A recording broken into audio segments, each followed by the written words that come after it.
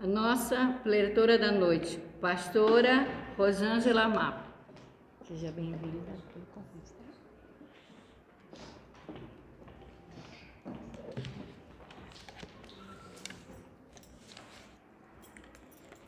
Boa noite.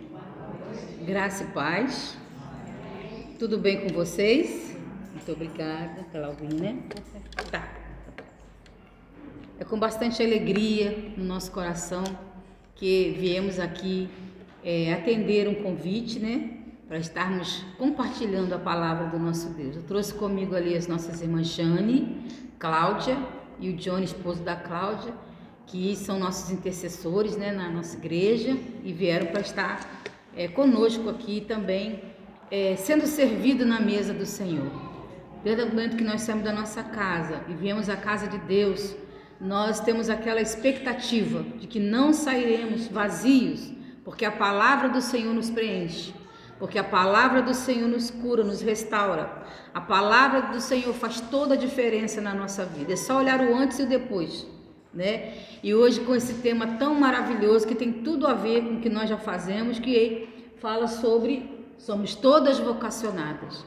A palavra do Senhor nesse tema está em 1 Timóteo capítulo 2, verso 15, dizendo para nós: faça todo o possível para conseguir a completa aprovação de Deus, como um trabalhador que não se envergonha do seu trabalho, mas ensina corretamente a verdade do Evangelho. E com base nessa palavra, que é o tema que foi nos dado, né? Nós queremos compartilhar aqui em poucos momentos com vocês sobre o que o Senhor ministrou ao nosso espírito, ao nosso coração, quando nós assim paramos para meditar nesse tema. É um tema muito sugestivo, é o Dia da Educação Cristã Missionária. Somos todas vocacionadas. Eu gostaria de pedir que toda a igreja, inclusive os irmãos, dissessem isso. Digamos todos, somos todos vocacionados. Isso aí. O que quer dizer a palavra vocacionado? Vocacionado vem do latim vocare e significa chamar. É o ato de escolher e de se dispor para uma missão. É ser chamado por Deus para um propósito. Propósito é o que nós nascemos para ser. Chamado é atender o ide. O Deus que te chama é Ele quem te capacita. E a vocação é a ferramenta para desempenharmos esse chamado. Algumas mulheres na Bíblia, que hoje nós estamos falando de mulheres vocacionadas, né? Somos todas vocacionadas. Então, algumas mulheres na Bíblia são chamadas de mulheres consideradas mulheres notáveis. Aquela mulher que realmente deixou a sua marca na história, exercendo o chamado qual elas receberam, obedecendo ao ID e também atendendo ao propósito para o qual elas vieram a ser chamadas pelo Senhor. Então, nós podemos aqui citar alguns exemplos muito maravilhosos, que, por exemplo, falamos de Sara. Sara, mãe da promessa, mãe de Isaac. Havia uma promessa, mas havia também o tempo de espera. Como é difícil a gente esperar. Uma das coisas mais difíceis para o ser humano é o tempo de esperar. É complicado, né? E ela teve que esperar juntamente com seu esposo para que chegasse o tempo de viver essa promessa. E qual foi a grande promessa que o Senhor Deus lhe fez? Que ela seria a mãe, juntamente com Abraão, de uma grande nação. Então, até que se cumprisse essa palavra, houve um processo. Então, por que se torna uma mulher notável? Porque é aquela mulher que entende o tamanho do seu chamado, ela sabe qual é o propósito para o qual Deus a chamou e ela se dispõe a se tornar alguém que Deus venha usar de uma forma muito específica, muito especial. Então, Sara, a mãe da promessa, aquela que esteve aguardando durante um bom tempo para que se cumprisse através dela a promessa do Senhor. Também podemos notar na palavra sobre Joquebede, uma mulher que, como mãe do libertador de Israel, passou por maus bocados, né? E quem é que não passa aqui por maus bocados? Quais são as mulheres ou quais de nós que não passamos por momentos difíceis na nossa vida? Então ela teve um momento de ter que esconder o seu filho dentro de um cestinho para que o livrasse daquela matança que estava havendo, aquele decreto. Por que se torna uma mulher notável como Joquebede? É quando você sabe que é um decreto de morte, um decreto de falência, um decreto onde pessoas à sua volta estão sem rumo, estão perdidas, estão atoladas nos seus pecados, com problemas diversos, e você como alguém que Deus pode e quer usar. Então, quando é que você descobre que você é vocacionada? É quando o seu coração queima e você não sabe explicar o porquê daquele ardor. É mais forte que você. Eu tive um chamado do Senhor para o Santo Ministério quando eu tinha apenas 14 anos. E as irmãs que estão comigo, o nosso irmão, eles sabem disso, nosso testemunho. Quando eu era uma adolescente e eu estava ali aberta a ouvir a voz do Senhor. E quando eu ouvi a voz do Senhor, ninguém precisou me dizer o que fazer, mas dentro de mim, no meu coração, eu sentia algo mais forte, queimava dentro de mim. E eu comecei a estudar um pouco sobre John Wesley, comecei a estudar um pouco sobre pessoas que dedicaram toda a sua vida à obra missionária, ao campo missionário, essas pessoas que na história foram grandes homens e grandes mulheres que se predispuseram a ganhar almas ao Senhor. E eu disse, eu vou trabalhar a minha vida inteira pelo reino de Deus. Eu entendi, Senhor, o que eu devo fazer. E eu me lembro que eu comecei dentro da minha família, que não era uma família cristã, né? E quem aqui do Rio sabe como que é a tradição, né, das famílias. Quem não é católico diz que nem vai, mas diz que né? E a minha família era assim. E aí tinha também aquele momento de todos ali se ajuntarem para festividades, né, para bebedeiras. E eu olhava para aquele ambiente e eu dizia assim, sabe de uma coisa? Não é isso que eu quero para a minha vida. Eu não quero ser isso, eu não quero que a minha vida caminhe para isso. E Deus, vendo a necessidade, a ansiedade do meu coração de conhecer mais profundamente a Ele, então eu fui conduzida pela sua graça até Jesus Cristo. E a partir desse momento eu entendi que agora minha vida só teria sentido se eu obedecesse o chamado de Deus. E eu comecei na obra do Senhor a estar como aquela jovem ali, né, no momento de louvor, e às vezes eu queria até me esconder, viu? Porque o pastor falava assim, cadê aquela jovem que canta? Eu fazia assim, pessoal, eu não. Porque eu ainda estava muito novinha, eu achava assim, e se eu errar, e se eu quiser desafinar, meu Deus, o que vai ser de mim? Mas aí não tinha jeito, o pastor dizia, então, minha jovem, é você mesmo, venha louvar o Senhor. E eu comecei a atender esse chamado. E quando eu saía pela rua, eu olhava para as pessoas e eu dizia, eu não sei porquê, mas eu sinto a necessidade de anunciar o Evangelho. Então, irmãos e irmãs amadas, esse chamado, esse chamamento, esse ardor, ele dura exatamente 44 para 45 anos. Há 45 anos eu falo do amor de Deus. Porque eu entendi que ser uma mulher notável é colocar sempre Deus em primeiro plano, é deixar os seus problemas um pouco de lado, é não ficar tentando para a sua própria dor e dizer, não, eu tenho uma missão, eu tenho um chamado, e o meu chamado é maior do que eu mesma. Por quê? Porque é o comprometimento que eu tenho para com Deus. Claro que eu sou mãe, eu sou avó, eu tenho 3 filhos já adultos, tenho 3 netas, mas assim, o amor da minha família é uma coisa assim inexplicável. Mas o meu amor a Cristo é maior do que o amor pela minha família. Vocês acreditam? Eu cheguei nesse nível de não amar a minha própria vida, de falar, Senhor, eis-me aqui, envia-me a mim, vou para onde o Senhor me mandar. Não quero entender nada, eu só quero saber que o teu chamado é maior do que a minha própria vida. Então eu comecei a perceber que eu tinha e tenho uma vocação para tal, né? Eu estudei pedagogia, eu estudei teologia, eu me formei, né? Hoje eu faço psicanálise, mas a minha ideia é o seguinte, o estudo ele só tem serventia se nós canalizarmos ele para a glória de Deus. Se nós entendermos que tudo que nós aprendemos, tudo que nós sabemos, nossos cursos, os nossos aprendizados, nossas múltiplas ações culturais, tudo que a gente pode fazer nesse mundo tem que ser para a glória de Deus. O primeiro grande objetivo eu tenho um chamado, eu tenho uma missão a fazer. Eu não preciso estar num púlpito para ser boca de Deus. Eu posso ser boca de Deus lá na feira. Às vezes eu estou na feira comprando um tomate, estou louvando o Senhor. E alguém para, fica me olhando. Eu falo, tá me olhando por quê? Mas assim, pega num pezinho, né, para puxar uma conversa para falar de Jesus.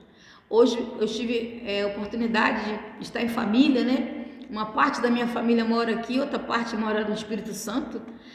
Mas aqui se reuniram meus irmãos para celebrar o aniversário do meu irmão abaixo de mim, tem 52 anos, eu tenho 60, graças a Deus por isso. Vou fazer dia de setembro. E aí, olhando para o meu irmão, que ainda não é cristão, eu comecei a me alegrar com ele, né?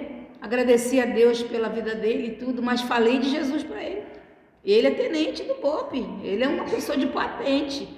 Eu sentei e falei para ele, de nada serve tuas casas, teus carros, tua vida muito próspera, se você não tiver a Jesus Cristo como Senhor e Salvador da tua vida.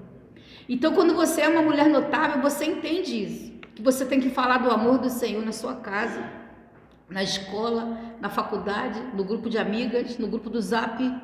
Aonde você for, você é representante de quem? De Cristo.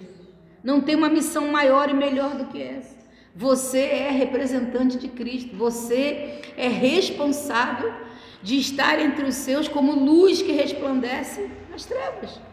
Eu sei que muitas famílias, às vezes, tem pessoas que estão enredadas, às vezes nos vícios, nas bebidas, nas drogas e outras coisas até piores. Mas o que você vai fazer a respeito disso? Você vai se posicionar como uma mulher vocacionada, que ama a Cristo desesperadamente, ama a Deus com todo o seu coração, ao ponto de falar e revelar para essa pessoa o plano da salvação. De tudo que você possa fazer para Deus, o que é mais importante de tudo é você trazer um filho e colocar ele na presença do Senhor. Apresenta Jesus para ele, apresenta Jesus para ela. Eu como mãe, criei os meus filhos na palavra. E eu me lembro, minhas irmãs, que quando meus filhos ainda eram bem pequenininhos, viu, pastor? Ele não sabia nem orar o Pai Nosso. Aí eu falava assim, repete com a mamãe, 2 aninhos. Aí ele começava, Pai Nosso que está no céu, Pai Nosso que está no céu. Aí eu falava assim, santificado seja o teu nome. Discipulando, né? Desengasga aí. E eles começaram a acostumar, começaram a gostar. Eu fazia cultinho, eles 3 e eu sentavam numa cadeirinha e fazia de conta que nós estávamos na congregação. Agora o nosso irmão de Israel está com a palavra. E eles pequenininhos ficavam assim, mas mamãe, o que eu vou falar? Não sei, lê a palavra que tu vai saber. Eu fazia isso para motivar eles, irmãos, a ter amor pela palavra do Senhor, a ter gosto de ir na igreja, que é uma coisa muito interessante, uma mulher notável tem que saber disso. Às vezes você que tem um filho ainda na faixa de pré-adolescência, ainda bem pequenininho, acostuma você a levá-lo à casa do Senhor. Porque criança às vezes faz birra, né? Bate o pezinho e fala, não quero, não vou. Né? Às vezes meus filhos diziam assim para mim, mamãe, hoje eu não quero ir para a igreja. Eu falei, você hoje não quer, que pena, você vai porque eu quero então. Porque a mãe tem que ter esse governo, tem que ter esse domínio sobre os seus filhos, dizer, não, eu por enquanto digo que você deve ou não deve fazer. Quando você crescer, você decide. E graças a Deus, meus irmãos e minhas irmãs, criei meus filhos no caminho do Senhor, dediquei algumas horas da minha vida, deixei de trabalhar fora, fazia vários serviços dentro de casa para ganhar algum sustento, mas eu não deixava de cuidar e discipular os meus filhos. Hoje eu tenho um filho cristão, que é levita na casa do Senhor, né, que o Senhor abençoou ele. Hoje ele é um homão, já vai fazer 36 anos, é o meu bebê, o mais novinho. E ele hoje é um advogado, tem uma empresa, né? Um moço que quando louva a Deus, as irmãs estão ali para comprovar, né? Ele debaixo de uma graça de Deus muito grande. Eu falo, meu Deus, deu certo, deu certo. Eu tenho as minhas 2 filhas, são servas do Senhor. Elas não congregam aqui no Rio, congregam lá, mas elas louvam o Senhor no ministério de louvor. E são mulheres trabalhadoras, vencedoras, têm seus filhinhos, criam da mesma forma que eu criei a eles. E deu certo, irmãos. Hoje eu olho para trás e falo, meu Deus, valeu a pena.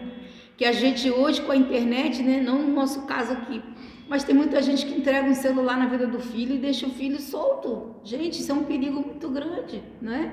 Mas nós, como mulheres notáveis, mães de família e aquelas que ainda vão ser mães de família, é bom que você saiba que o Senhor, Ele conta com você para você ser uma missionária dentro do seu lar. Não adianta orar para ir para a África fazer a obra, não adianta orar para ir lá nos ribeirinhos, para ir lá no sertão, se dentro de casa você não fala o amor de Deus, você não comunica, você não dá o seu testemunho. É muito importante que antes que você saia, para os confins da terra, você faça o que tem que ser feito em Jerusalém. Porque aonde que eu começo? Começa onde você está. Onde que eu falo do amor de Cristo? Em todo o tempo, em qualquer lugar, no telefone. Manda uma carta, escreve, visita alguém. Fale do amor do Senhor. Essa é a maior de todas as missões. Posso ouvir um amém? Amém. Ruth também uma mulher notável, uma mulher constante. No capítulo 1, verso 6, você vai observar isso. Outra mulher admirável na Bíblia, que nós amamos ouvir e também conhecer, é a Abigail, uma mulher virtuosa. A gente vê na Bíblia que Abigail, ela tinha um esposo que a Bíblia chama ele de louco. Quem já leu essa palavra? Alguém que já leu? Que a Bíblia fala que Nabal, ele não era muito bom da cabeça, misericórdia, Ele não era, o parafuso era meio solto. Mas a Bíblia diz que, em contrapartida, a Abigail era uma mulher virtuosa. Era uma mulher que ela sempre conseguia ver no limão, vou fazer uma limonada aqui. Ela conseguia ver no fel um jeito de fazer ele virar um mel. Então, o que nós temos que aprender com Abigail? Que quando Deus está conosco, nada será impossível de ser vencido. Nada poderá ser demasiadamente difícil para que alcancemos.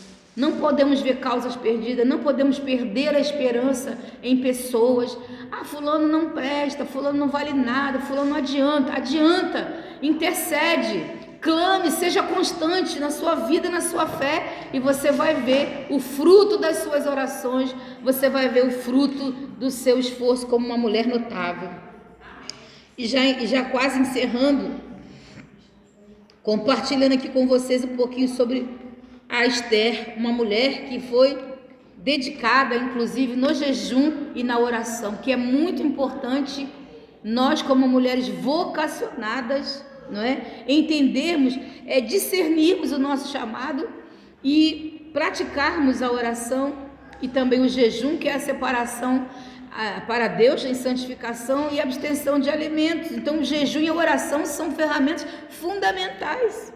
Jesus, ele próprio nos ensinou que nós deveríamos orar e vigiar, mas também deveríamos orar e jejuar. Por quê? Porque isso traz para nós uma atmosfera, nos traz mais quebrantamento. Não é que o jejum vai fazer Deus, vai mover Deus precisa de jejum. Nós aqui precisamos, porque esse mundo que nós estamos inseridos, como é que é esse mundo? O mundo é poluído, o mundo cheio de impureza, de pecado, de problemas, de situações que ofendem a Deus, mas nós estamos no meio desse mundo, nós vivemos aqui na terra. Então, para que a gente não seja contaminado, vivamos contaminados, a gente tem que se separar para Deus. Separar tempo de leitura, separar tempo de secreto com Deus, de estarmos a sós com Deus, de estarmos dedicados ao estudo da palavra, a ter uma vida contínua de oração. Ora que quando Esther se levanta, gente, era um decreto também. Havia um decreto contra o povo de Deus ali. Havia um decreto na qual ela, como judia, também iria morrer. E ela tinha assim, ela só tinha uma estrada para caminhar. Ou ela se posicionava ou ela se posicionava. Fala para quem está do seu lado aí, ou ela se posicionava ou ela se posicionava. Tem hora que você tem que decidir tomar uma posição. Então, quando Mardoqueu fala para ela, não seria por esse tempo que você foi elevada ao trono como rainha? Então, se você agora não fizer o que tem que ser feito, ou seja, não interceder junto ao rei, vamos todos morrer, inclusive você. Então, minha querida, quando você se posiciona, você muda decreto. Vocês podem repetir essa palavra comigo? Diz assim, quando eu me posiciono, decretos são mudados. Entendeu? Por isso que temos que nos posicionar. E uma mulher muito especial que a Bíblia também nos apresenta, ela é Maria, Uma mulher que entendeu a sua vocação, entendeu a sua missão na terra. Olha que se nós pararmos para pensar um pouco, as pressões que essa mulher sofreu, Porque você atender um chamado de Deus não é uma coisa muito fácil, não. Eu me lembro que quando eu me converti, Minhas amadas irmãs, o que aconteceu? As pessoas da minha família diziam assim, olha, Rosângela, doida, só fala igreja, só fala Jesus, só fica com a Bíblia agora, para lá e para cá, Rosângela tá bem não.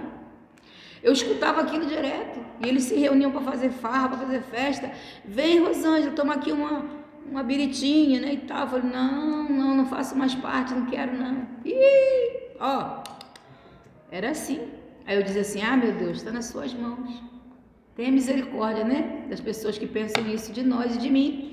Então, quando você entende o seu chamado, alguém não vai, talvez, te entender. Vai dizer que você tá ruim da cabeça, você bateu a cabeça, não tá legal. Mas o que importa é o que Deus pensa ao nosso respeito. Não é o que diz da direita, da esquerda, o meu primo, minha tia, minha avó. Não, se eles não têm a revelação de Cristo ainda, nós temos que ter amor e paciência para continuar orando e pedindo ao Senhor que eles venham a conhecer o grande amor do nosso Deus. Posso ouvir um amém? Amém. Então Maria entendeu o seu chamado e assumiu, porque na sua idade, parecer grávida do nada, hein? Contando aquela história, o anjo veio aqui e disse que vai ser gerado o fruto e vai ser o Espírito Santo. Oi? Hein? Se fosse aqui hoje o nosso Jeep, eu só falo, não, isso tá de brincadeira, isso é piada. Então, gente, olha o que essa menina enfrentou, as pessoas que confrontaram a ela, as pessoas que pensaram mal dela, as pessoas que disseram mal dela. E naquela época, se ela como noiva fosse pega num ato de infidelidade, seria e entendeu o risco que ela correu? Ela dependia muito da ação de Deus para que o José realmente fosse convencido pelo próprio Espírito Santo de que ela tinha engravidado pelo Espírito Santo. Então imagina a batalha que essa menina sofreu. Por isso, olhando para esses exemplos, entendendo que ela cumpriu até o fim a sua missão, isso quer dizer para nós que nós também vamos conseguir cumprir a nossa. Amém? Nós vamos conseguir. Parece difícil, mas não é. Porque aquele que vai por nós, a palavra diz que é Ele que nos capacita. Eu não estou aqui na força da Rosângela, no conhecimento da Rosângela. Eu não estou aqui porque Rosângela sabe isso. Não, eu estou aqui porque eu acredito na palavra do Senhor. E se eu comunico a palavra do Senhor para vocês, é porque antes eu acreditei nela para mim, para minha própria vida, para entender que a minha missão e o meu chamado tem que ser exercido. Deus não me chamou para ficar choramingando a vida. Meu Deus, como eu sofro, vida cruel, como meus problemas, meu Deus. Não, Deus me chamou para olhar para a sua palavra e dizer, ainda que eu não possa, Deus pode por mim. Ainda que eu não tenha, Ele tem por mim. Ainda que eu não consiga, Ele vai me dar condições para completar a minha carreira e guardar a minha fé. Amém? Então quero que vocês guardem essa palavra nos seus corações. E para a gente finalizar, eu quero dizer para vocês que olha só o que Jesus nos mostra na palavra sobre as mulheres notáveis. As mulheres foram as primeiras a testemunhar sobre a ressurreição de Jesus. As mulheres foram as primeiras a evangelizar aos samaritanos. As mulheres foram também as primeiras que falaram de Jesus aos judeus. As mulheres também foram as primeiras missionárias cristãs na Europa que receberam Paulo e Silas, conforme Atos 16, verso 13. Mas também foram as mulheres as últimas que acompanharam a Jesus até o seu final. No seu sofrimento da cruz, eram as mulheres que ali estavam aos pés da cruz, de acordo com Marcos capítulo 15, verso 4 a 7. Então o nosso convite para você é o seguinte: seja você também uma mulher notável, seja você também uma mulher vocacionada que atenda o chamado, porque a vocação é aquilo que você sente, né, que é predisposta a ser ou a fazer. Mas estar no caminho é a obediência a esse chamado. Então, quando eu vou viver o meu chamado, eu me predisponho, eu digo, Senhor, eu vou fazer. O Senhor vai me capacitar? Vou. Então eu não vou na minha força, eu vou na força do Senhor. Eu não vou na minha sabedoria, no meu conhecimento, mas eu irei na força do Senhor. Então, mulheres, eu quero convidar você para se tornar hoje alguém que decida a sua vida. Não passe por essa vida sem deixar a sua marca de mulher notável. Amém? Fala para sua vizinha, não passa por essa vida sem deixar a sua marca de mulher notável. Não faça isso. E por fim, um escritor chamado Miles Monroe, americano que já partiu para o Senhor, ele diz o seguinte, que nós temos que morrer vazios. Uau, como assim? E ele fala também no seu estudo, na sua preleção, que o cemitério é o lugar mais rico da terra. Já ouviu falar essa expressão? Já ouviram falar? Não ouviram? Então eu vou revelar rapidinho para mim poder encerrar. Por que o cemitério é o lugar mais rico da terra? Porque lá estão enterrados os livros que não foram escritos. Estão pintados os quadros de quem não pintou. Está ali músicas que foram enterradas com os seus... Aquele que portava aquele dom não exerceu, morreu, enterrou. Porque quando nós saímos desse plano terreno, o que vai ser? Não tem mais nada para fazer. É agora, é em vida.